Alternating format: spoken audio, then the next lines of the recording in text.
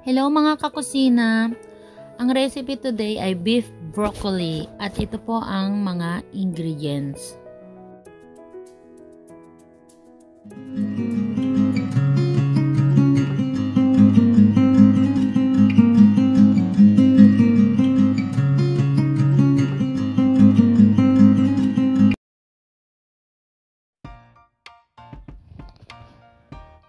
Painit lang tayo ng kawali, ilagay ang oil at garlic.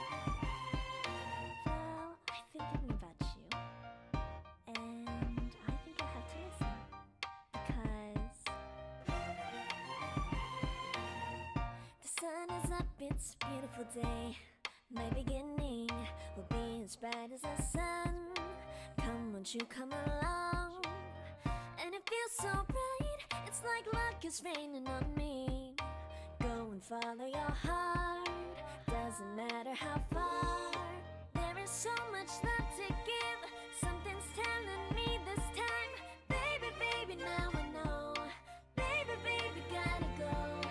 There is so much love to give. Something's telling me it's right. Lagay ang soy sauce at pag kumulo na, pwede nang ilagay ang roast beef.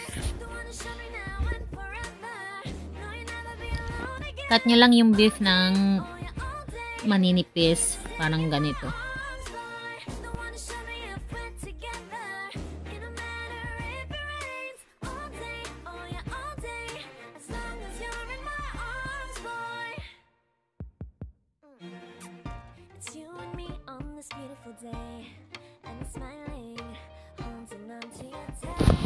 Halo-haloin lang.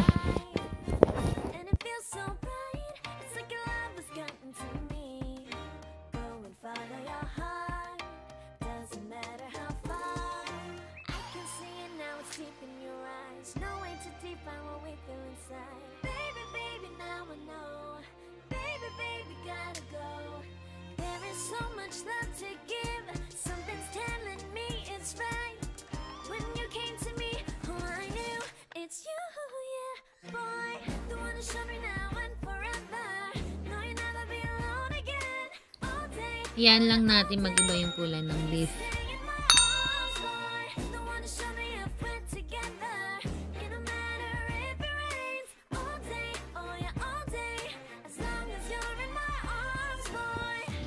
Lagay na rin ang oyster sauce.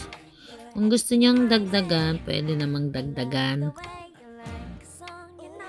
Iba-iba rin po kasi ang ating panlasa. May mga taong gusto yung maalat, may mga tao ring matabang ang panlasa.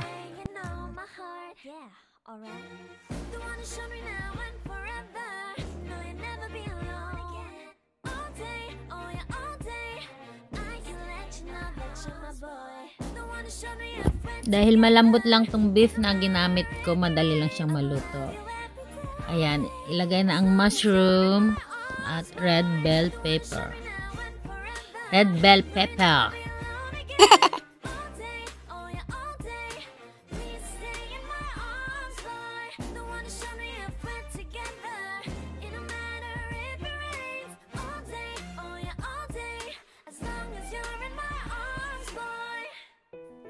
Lagyan ng tubig, pakuluan at pwede nang ilagay yung broccoli.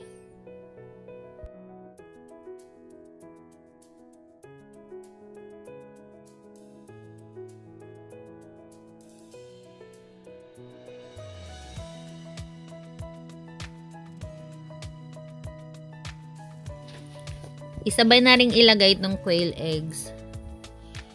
Ito optional kung gusto nyo o hindi maglagay. Yung anak ko kasi mahilig nitong itlog na to, kaya naglagay ako.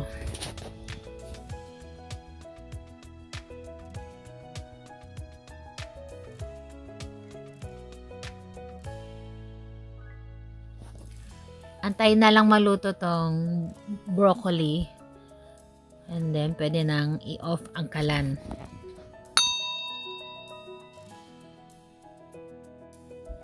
Ayan, malapit na maluto. Konting minuto na lang siguro. Takpan lang muna natin.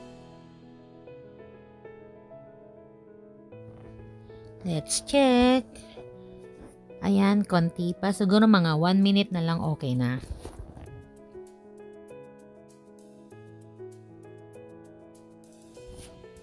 Konting halo lang para yung ibang mga broccoli na hindi ganong naluto pa, maluto pa.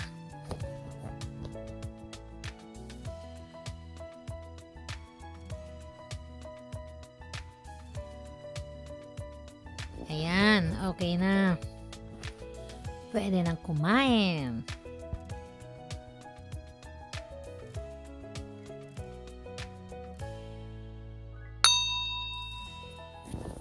Let's eat na mga kakusina.